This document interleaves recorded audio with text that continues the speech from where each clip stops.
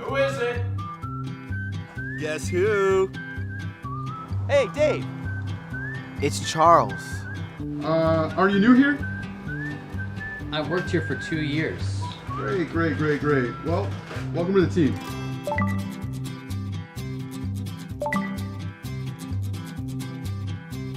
Oh, hi. What do you do? So, let's get to know each other. So what's your secret identity?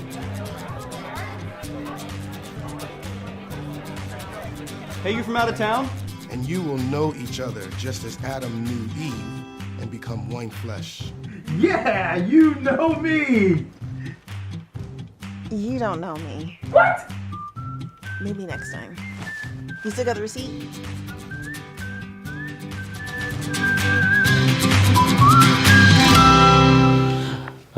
So good. Good morning, Canyon Springs. Hey, thank you for, I kind of cut you off. Let's try that again. Good morning, Canyon Springs. I feel so much better. I feel warm. I feel known, really.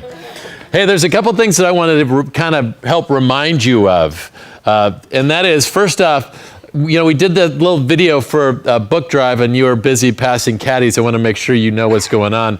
We've been on maybe 30, 35 different trips to Haiti. You know, one thing that we have never seen in any of our trips to Haiti is a kid sitting either in a room or on some stairs reading a book. And it's just basic stuff, like on that book list that we're doing with Barnes & Noble is Treasure Island. None of these kids, did anybody read Treasure Island? Nobody in Haiti has read Treasure Island or just simple kids books. And we want to create a library for them. And so we just want your help. If you could show up, maybe you have some Christmas shopping you want to do at Barnes & Noble coming up. You'll get it in the e-bulletin, you'll get an e-blast about it. But dive in, buy a book for Haiti. We've got some people who've got a real vision for this library taking place, something we totally take for granted. And yet we want to see it happen for these kids. So if you would dive in, who's in? All right. Jesus just saw your hand. Okay, so you're committed. Secondly, do you know that this fall, Canyon Springs will celebrate its 20th anniversary? Yay! Okay, first off, that makes me feel really old. But let me show you we're going to go back for just a little bit. This is our very first logo, I think. Here we go. All right, looks very 80s, doesn't it? It wasn't quite that. Okay, next. Who is that guy? Pretty good looking. Fewer age spots and wrinkles, I tell you that. Okay, next. All right, is that even appropriate? That was on one of our flyers. This is my buddy Vic and Jill. I don't know if they're here from one of our very first parades right there. We are going to take the month of October to celebrate what God has done in and through this place. Make that a priority. Get your family here. We're going to start it off with a comedy night. Do you know that was our very first event as a church? Probably doesn't surprise you that we had a comedy night. We've got 3 comedians coming in. The ticket's going to be limited, so you want to be a part of that. We're also on the last Sunday, we are doing a massive, big, giant one church all together as a body together. For that, you want to be a part of it. We're going to tell some old stories, show some old pictures, but really celebrate what God has done in and through this place. And I will tell you this, that I believe that God has given me some new vision for Canyon Springs. And I don't want to lay it on you right now because I really haven't told anybody about it. And I want to make sure, I'm going to talk to my elders and my staff to make sure this wasn't just like a bad Mexican food meal that I'm thinking of, but that God is really moving and stirring in my heart. But I believe that God's got some new great things for us coming up in the future for our 20th anniversary. So please make sure that you're a part of that. So here's the great thing about Canyon Springs for so many people, for so many years, is this is a place where you can walk in and you can feel known. And that's really important for us. We all want to be known. We want somebody to know our name. We like it when somebody knows our story. We want people to be involved in our lives.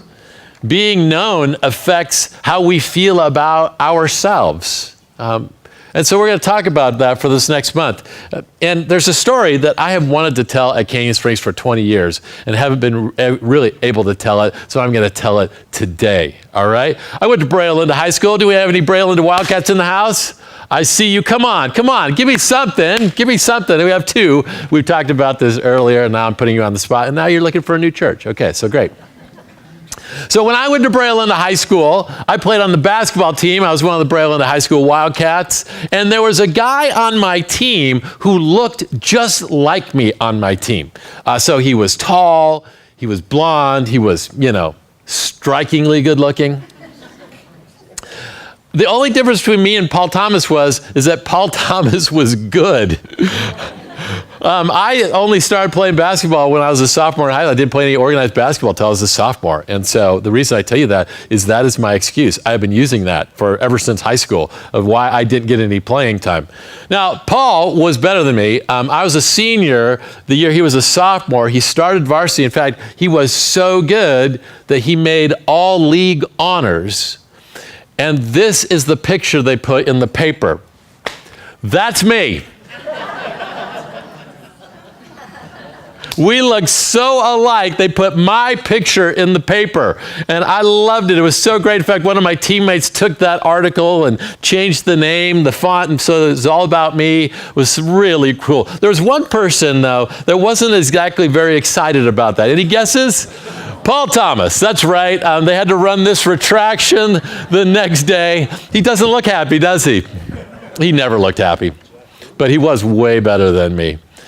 Look, it's important that you and I are known, that people know who we are, that people value us, right? That's important. In fact, it's one of the most important things when you walk into a building like this, that you can come and hear amazing worship and a marginal message and walk out and never come back because nobody asked your name. Nobody shook your hand. You didn't feel welcome in this place. It's important. It helps us to feel valued. We all need it. God's got a role in that too. Now, as we begin, I want to start with what I think is a pretty obvious place. There's an ancient Greek axiom that I know you know. It's thousands of years old, but it goes like this. Know thyself. Because you can't really be known unless you know yourself. Now, I'm consistently amazed at how little people know themselves, all right? If you know me at all, you know that I'm that guy that when we are sitting around a table or at a meeting, or even when I'm standing up here doing a sound check and there are people in the room, that I like to ask people questions, just weird, random questions. What's your favorite movie? What's your favorite food? What's your favorite breakfast cereal? What's your favorite car? What's your favorite donut? I like to ask those questions. And this is what I consistently get. Hey, what's your favorite movie? I don't know. How can you not know? You're you. I didn't ask you what the best movie was. I asked you what your favorite movie was. And it's almost any favorite breakfast cereal. Oatmeal? Really? Out of everything in the world, you said oatmeal? I don't even think that is a breakfast cereal. I mean, honestly, how hard could it be? Signs, chicken pot pie, peanut butter Captain Crunch, 1970 Plymouth Roadrunner Superbird, apple fritter. It's obvious. Those are the right answers. Now, look, I can forgive you for not knowing what your favorite breakfast cereal is off the top of your head or needing some time to think about what your favorite movie is. I can forgive you for that. But there are some other things about ourselves that we have to know. You have to know your value. You have to know why you're here, what your purpose is. You have to know why God designed you, what makes you different than other people.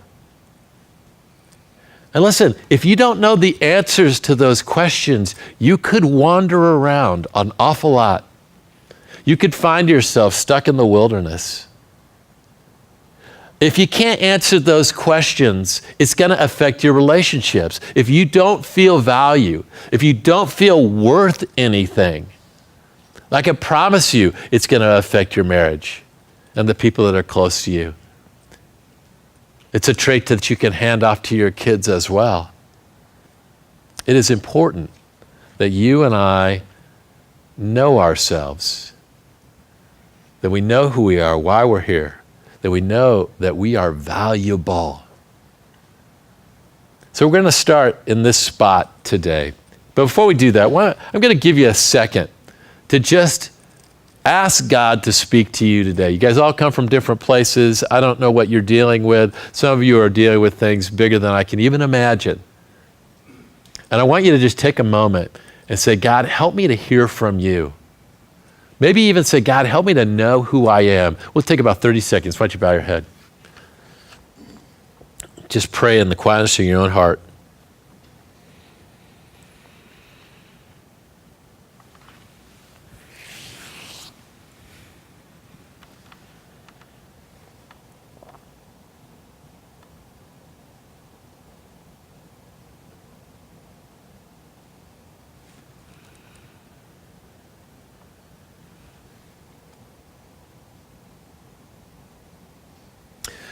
Lord God, thank you so much for meeting us here.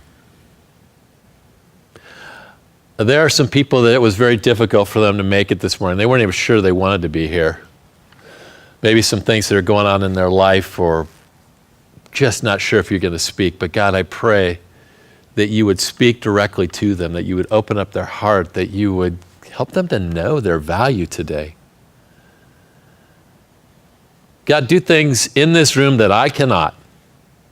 Through your Spirit. In your name we pray. Amen. All right, folks, if you got a Bible, open it up to Exodus chapter 3. If you don't have a Bible, that's okay. I forgive you. I will put up all the verses behind you so you can just read them. And if you look at the book of Exodus, Exodus tells one story. Anybody know what that story is? That story is the people of Israel who got stuck in Egypt, getting out of Egypt. God setting his people free to wander into the promised land.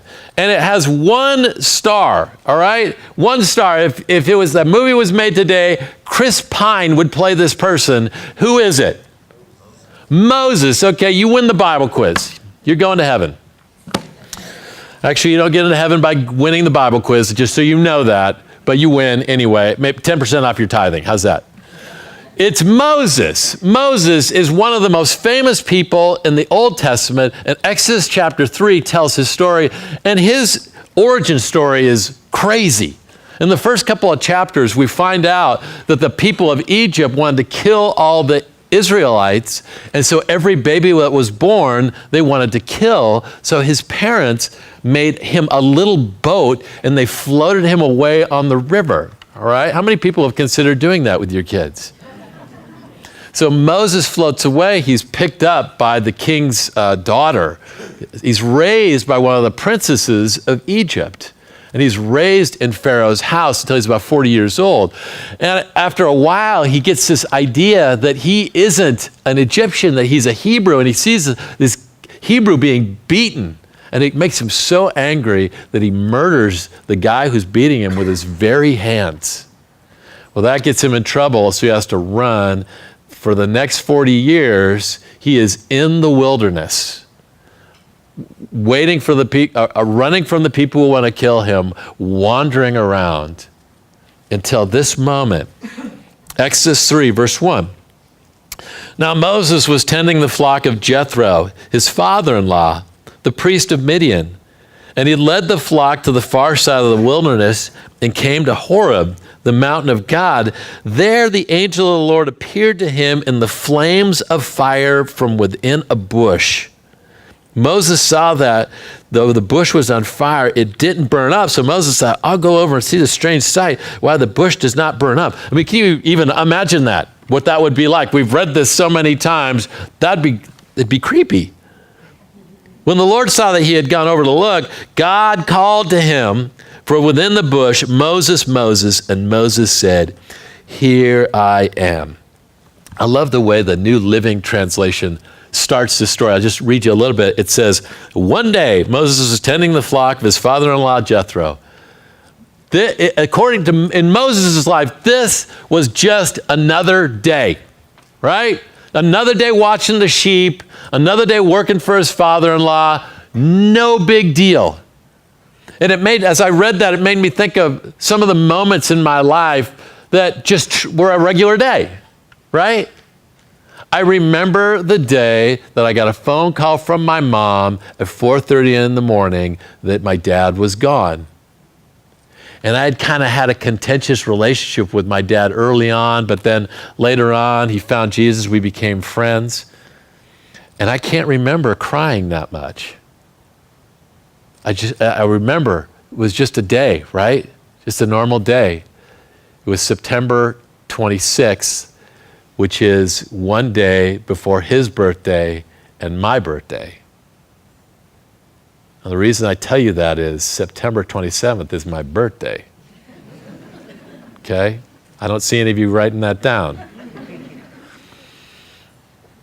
Just a regular day, right? I remember another day, before I did this job, I worked at a place called Forest Home as a camp. I was a high school director at this camp.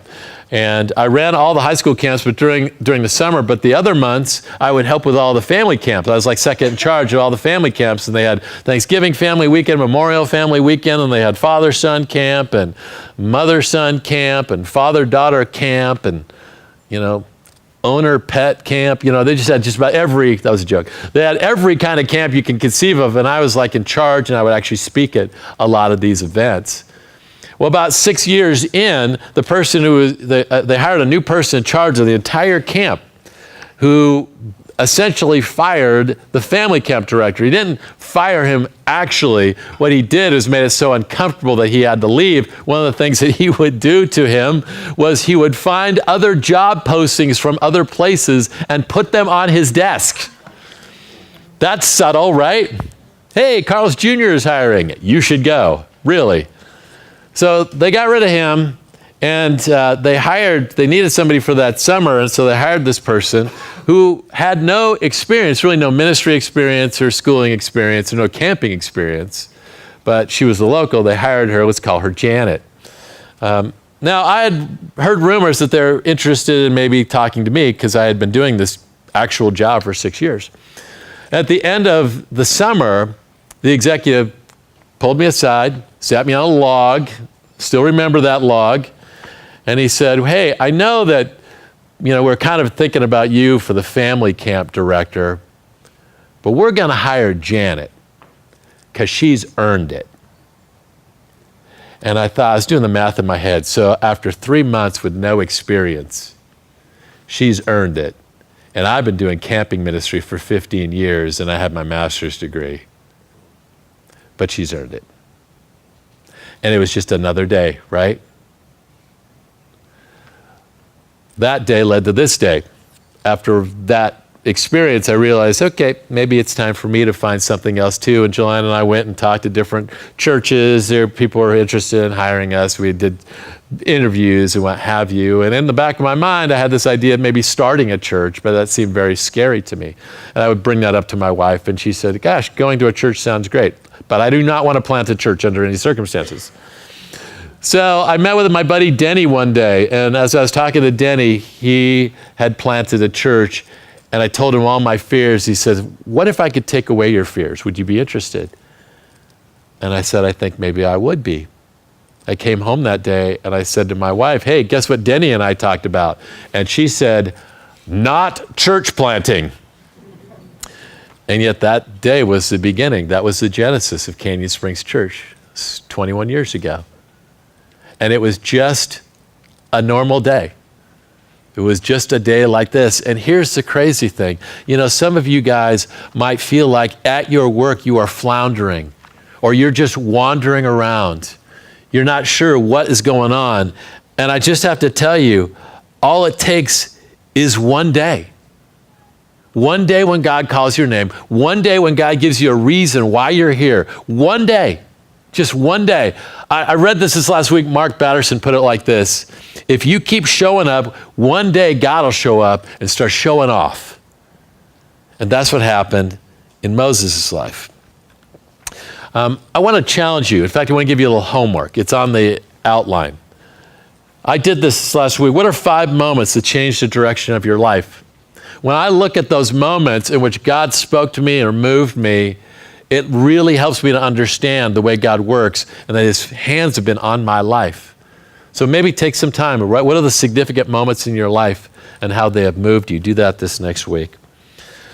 So those were some of my moments. This is what it looked like in Moses' life. Look at verse 4. When the Lord saw Moses coming to take a closer look, God called to him in the middle of the bush, "Moses, Moses." "Here I am," Moses replied. "Do not come any closer," the Lord warned. "Take off your sandals, for you're standing on holy ground. I am the God of your father, the God of Abraham, the God of Isaac, the God of Jacob." When Moses heard this, he covered his face. He was afraid to look at God. Then the Lord said to him, "I've certainly seen the oppression of my people in Egypt. I've heard their cries of distress because of their harsh slave drivers. Yes, I am aware of their suffering, so I have come down to rescue them from the power of the Egyptians and lead them out of Egypt." That moment was the moment that defined Moses' life. Now, if you are trying to know thyself, here's the first thing you need to know. To truly know yourself, you need a revelation from God. I don't know, do any of you guys like taking personality tests? Anybody do a bunch of personality tests? I do, like I've taken the Strength Finders test. In the Strength Finders test, anybody taken that? I am a communication, ideation, woo, which means winning others over, positivity, and belief, right? How about Enneagram? Anybody Enneagram? I'm the Enneagram 7, which means enthusiastic visionary. I even took a test that determined that I am a lion otter with a splash of Labrador retriever. Anybody take that test? It's ridiculous. I don't even know what it means, but I like it. Can you see some Labrador retriever in me?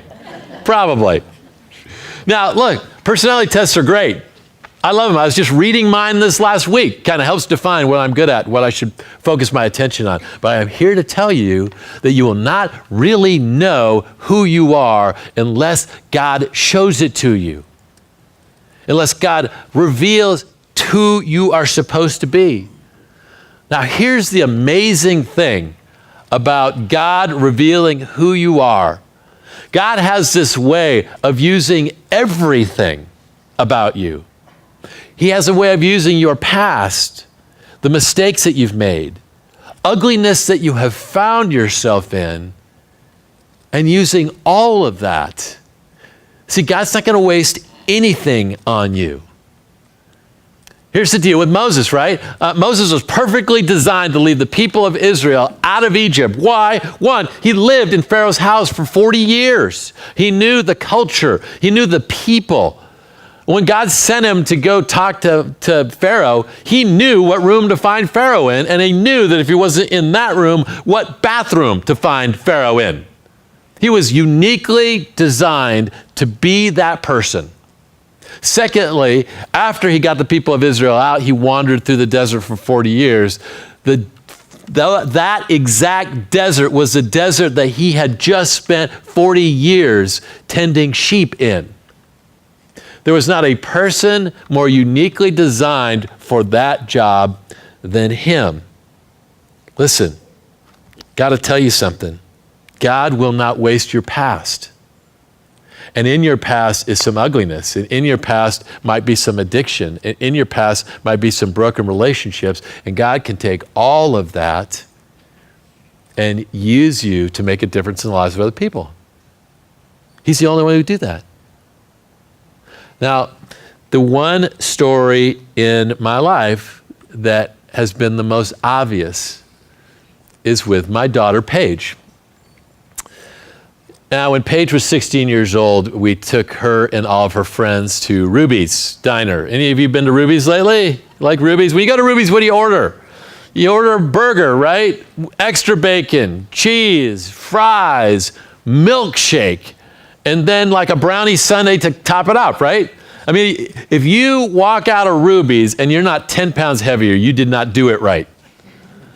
So we show up at Ruby's and everybody's eating like a pig. I know this because they had to pay for it, except my daughter. She has a single small breast of chicken sitting on a lonely lettuce leaf, and that's all she ate. And we had suspected that she was having some eating issues, but we knew it in that moment. That began a year of fighting for my daughter through that eating disorder. We were in counselors' offices and we were in nutritionist offices. I remember sitting at the table telling her, food is medicine. You have to eat this. I remember she was starting to do better and coming into our room and saying, my hair's falling out, because that's what happens when you don't get enough nutrition. It's heartbreaking. My daughter got out of that, and God got a hold of her life. And I'm sure I've told this story to you guys. You know the ending. She graduated with a degree in nursing from Grand Canyon with high honors. I just say that because I want to brag.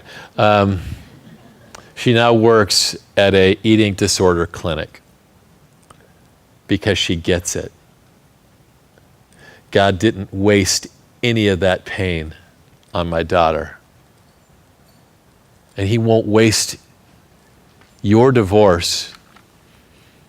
And he won't waste your difficult time with your parents or the struggles you've had with your kids. When he calls your name, he'll use it all to use you to make a difference.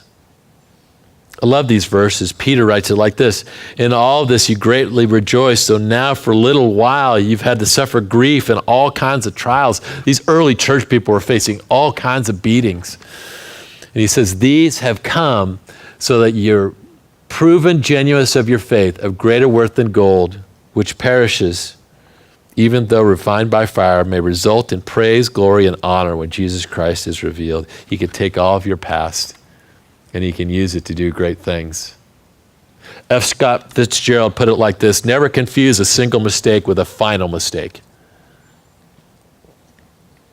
So if I am Moses, it feels to me like if you see a burning bush and the bush starts calling your name, that would be reason enough to get up and start moving, right? To put your house on the market, to call one of those companies that brings the pod to your house. Feels like it's time, right? But not for Moses. It wasn't enough for Moses. And let me give you a second way to know yourself. To truly experience your full self, you're going to have to get up and start doing what God is calling you to do. I would love to say Moses got up and just did it, but the next chapter and a half are all his complaints. We don't have time to read all of them, but just let me give you some of them. Exodus 3:11. Moses said to God, who am I that I should go to Pharaoh and bring the Israelites out of Egypt? Okay, 2 verses later, Moses said to God, suppose I go to the Israelites and say to them, the God of your fathers has sent me to you, and they ask me, what is his name? What do I tell them? Next, Exodus 4, verse 1. Moses answered, what if they do not believe me or listen to me and say, the Lord did not appear to you?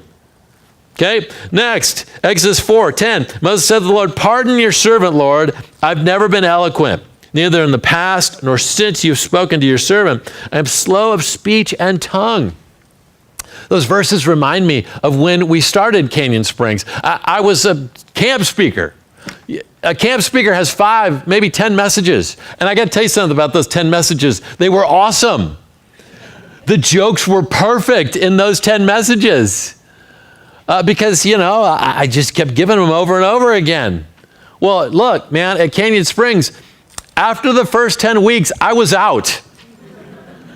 And let me show you, I have some commentaries that I used to lean on to help me write messages back then. Let me show you them. Brought them in my fancy little backpack. Okay, here's a couple of them, right? Chicken soup for the Christian soul. There's another one I used a bunch. You can see it's all dog-eared. Stories for the heart, 110 stories to encourage your soul. This was the Christian version of Chicken Soup for the Soul. And then here's another great one from a really amazing theologian, Dave Barry's Greatest Hits. I had to use these because I didn't have any stories of my own. And so I'm leaning on these, and all of my stories sounded like this. There's a man who walked on the beach, and he saw another man who was picking up starfish and throwing them back into the ocean. And there were thousands of starfish on the beach. And I said, how could you possibly ever make a difference? And he took a starfish and he threw it into the ocean and said, made a difference to that one. Really? If you go back, and I have all of those messages, they all sounded like that because I didn't know what to say to you people. That's how Moses felt. And finally, he gets to his final complaint says, God, maybe you're not hearing me right. Exodus 4:13, but Moses said, pardon your servant, Lord. Please send someone else. It's not me. I can't do this. Now, look, it's funny because I look at this story and I go, Moses, what are you clinging to? You're working for your father-in-law in the desert, with sheep. Does anybody want to work for their father-in-law? I don't want to work for my father-in-law. You know why? He works for my mother-in-law. What are you clinging to? Listen, the time is going to come when God calls you to do something, to go someplace, to reach out to somebody. And when God calls you to do that, do it. Do not wait. Because I have a feeling that if you keep saying no, you're going to stop hearing him.